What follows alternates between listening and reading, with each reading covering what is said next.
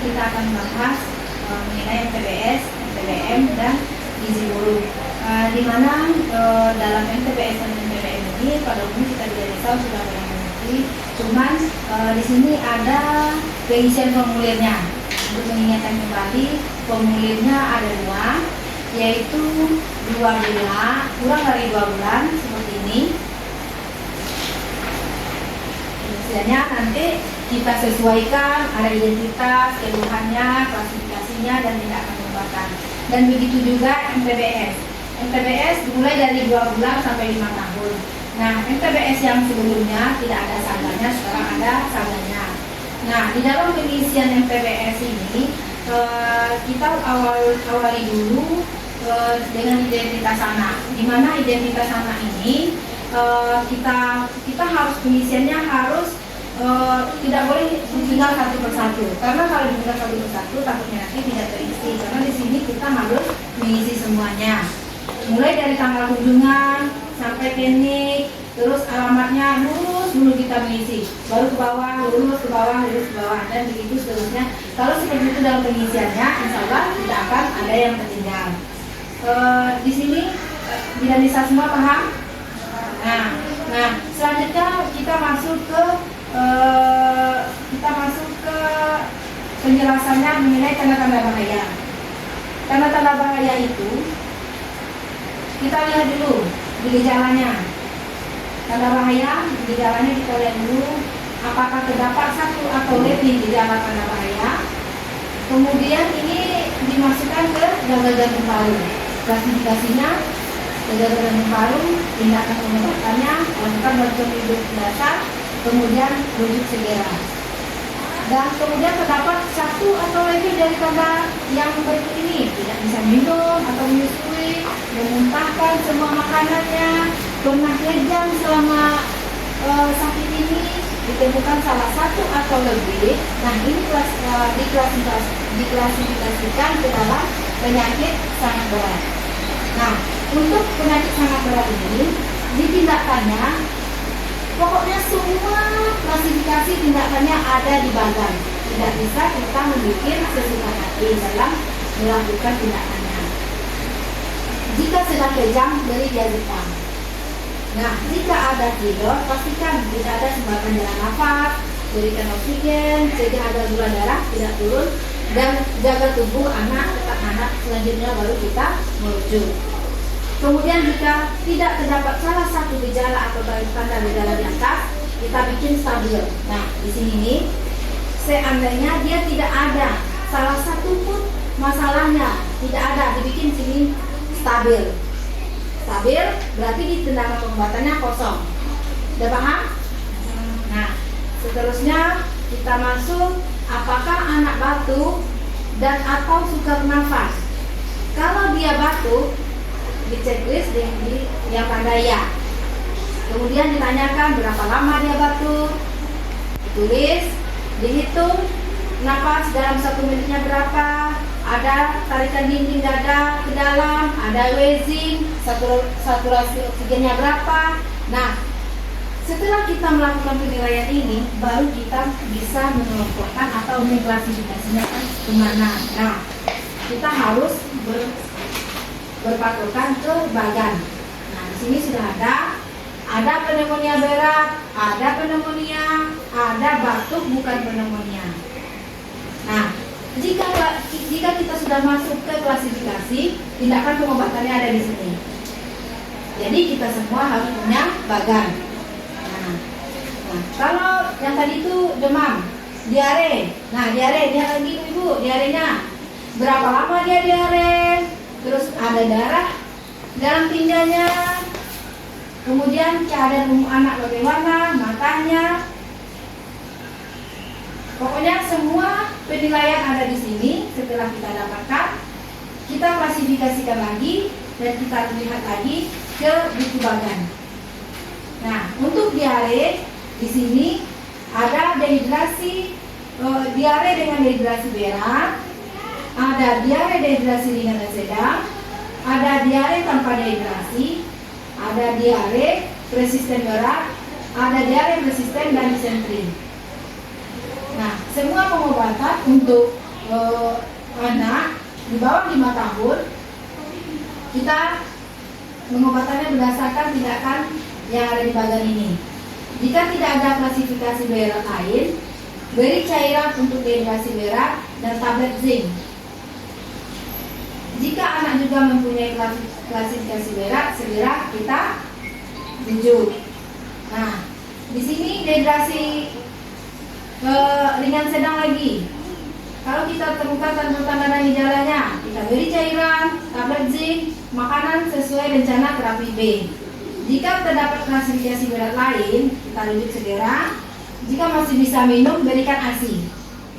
Jadi, kalau bayi kita masih bisa minum, tetap kita anjurkan untuk berikan ASI.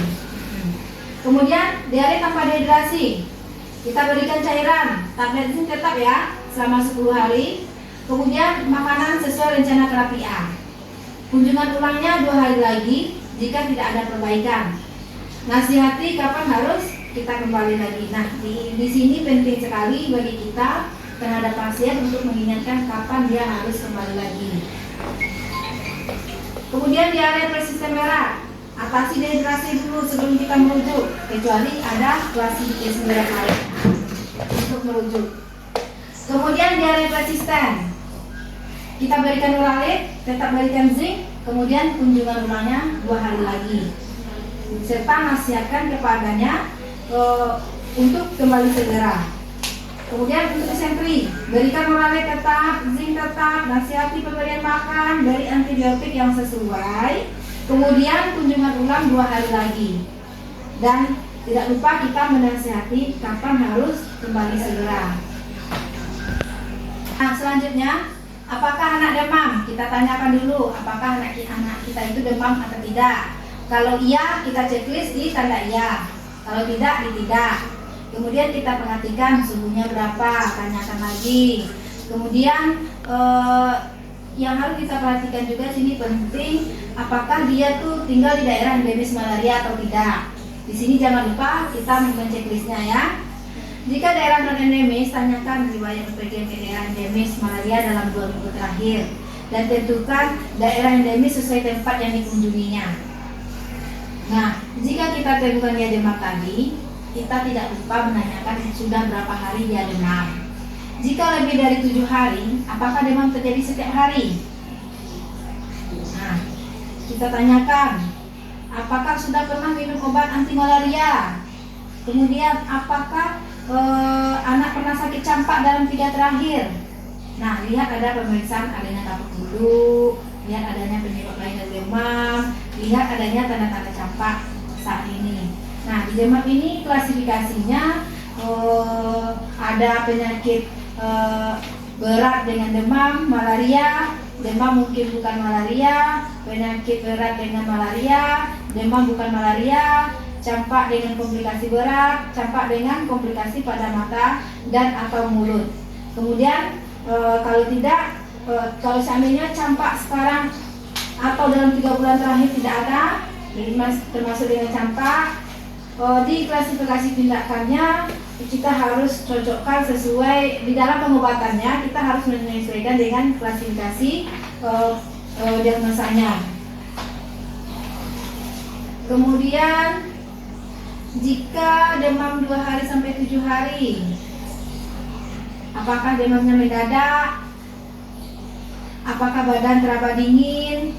Kemudian kita periksa nyeri perut, nyeri tekan perut kanan dan kiri, periksa adanya klinis akumulasi cairan, kemudian lihat adanya perdarahan kulit, iterik, alerginya, kemudian periksa adanya pembasahan hepat besar dari 2 cm.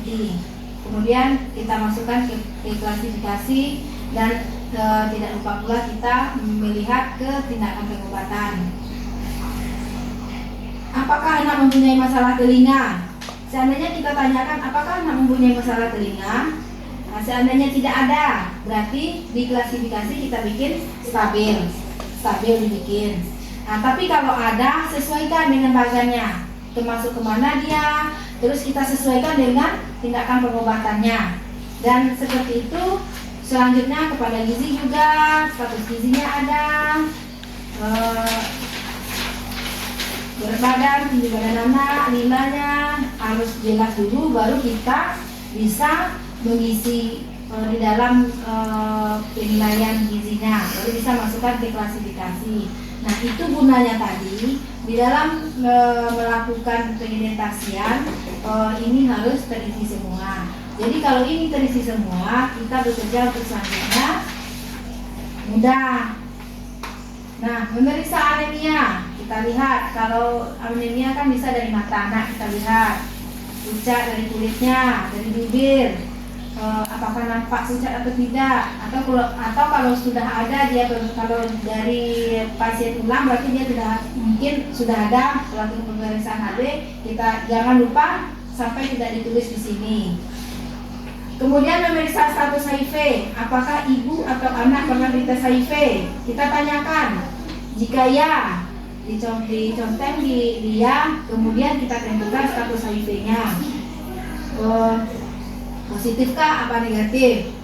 Nah, kalau seandainya ibu negatif, berarti anak tidak usah kita lakukan pemeriksaan. Jika ibunya tidak pernah melakukan pemeriksaan HIV, berarti kita harus melakukan pemeriksaan tes HIV-nya kepada ibu. Kemudian memeriksa status imunisasi. Nah, imunisasi ini kita tanyakan ke pasiennya, apakah anaknya sudah mendapatkan imunisasi apa belum. Kalau sudah mendapatkan imunisasi apa saja yang didapatkan anak. Contohnya HB0 dia sudah diconteng. Kemudian BCG diconteng.